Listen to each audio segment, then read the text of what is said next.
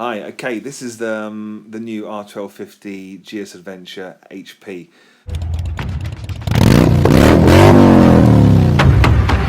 The customer who owns this hasn't spared any expense on this. It's got the full HP pack, it's just got so many bits on there.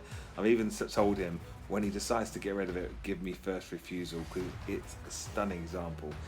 So what he's done here, he's already pre-purchased his Denali equipment from a competitor of mine, which is fine, but he hasn't found anyone to do the install for him. Even Motorrad themselves have turned the work down.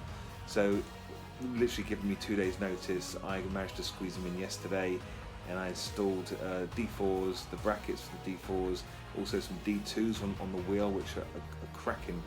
They're really good light they are. And this is the finished result. What a beautiful, beautiful bike.